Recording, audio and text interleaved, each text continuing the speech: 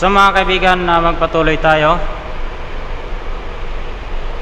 sa ika-14 na bersikulo ng ika-4 na kabanata ng Genesis. Mga kaibigan, ako ngayon itinaboy mo mula sa ibabaw ng lupa at ako'y may kukubli sa iyong mukha.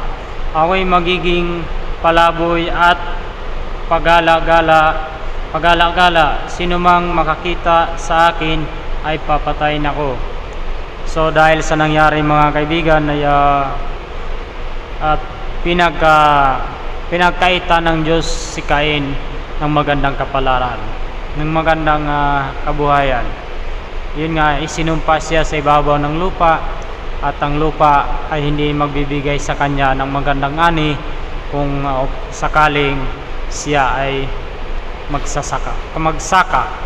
Dahil yun na ang kanyang buhay ay isang magsasaka. Kaya doon talaga siya mabubuhay sa pagiging magsasaka. Ang ngunit ang nangyayari, ang lupa ay hindi na mabibigay sa kanya ng magandang ani. Siguro nga mabibigyan siya ng ani pero hindi na kagandahan. Hirap na hirap siya. Pwede siyang mabuhay sa pagitan ng pagsasaka.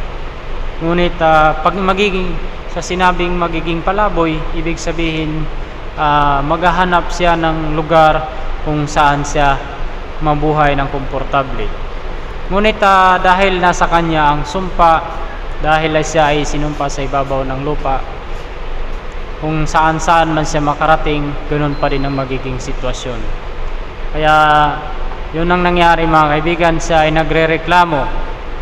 Ngunit kahit ganoon man ang sitwasyon ay hindi pa din siya pinabayaan ng mahal na Panginoon. Sinabi sa kanya sa ika-15 bersikulo, at sinabi sa kanya ng Panginoon, hindi sinumang pumatay kay Cain ay 7 ulit nagagantihan, at nilagyan ng Panginoon ng isang tanda si Cain upang huwag siyang patayin ng sinumang makakita sa kanya.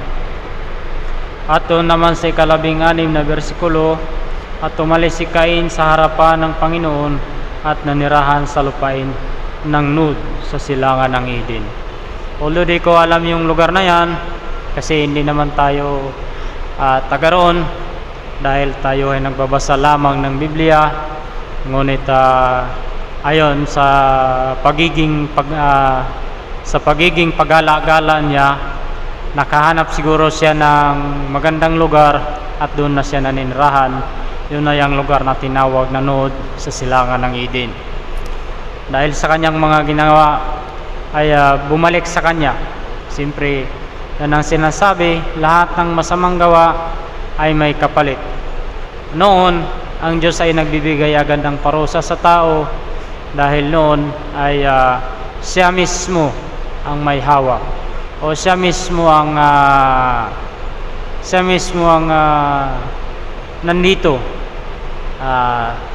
Siya mismo ay bumaba sa kalangitan upang samahan ng kanyang mga nilalang. Pero ngayon ay ang Diyos ay malayo na sa tao dahil makasalanan na ang tao.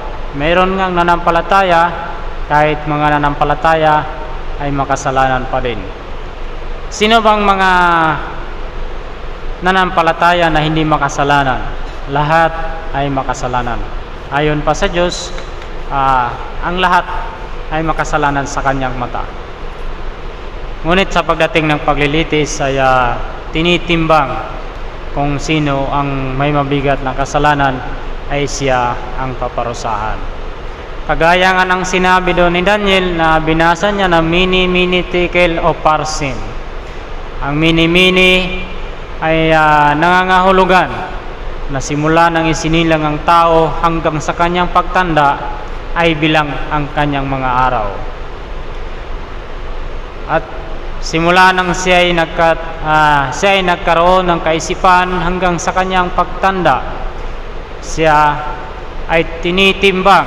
At ang uparsin ay nagsasabi, ang uparsin ay magpapatunay kung siya ay may kasalanan o wala.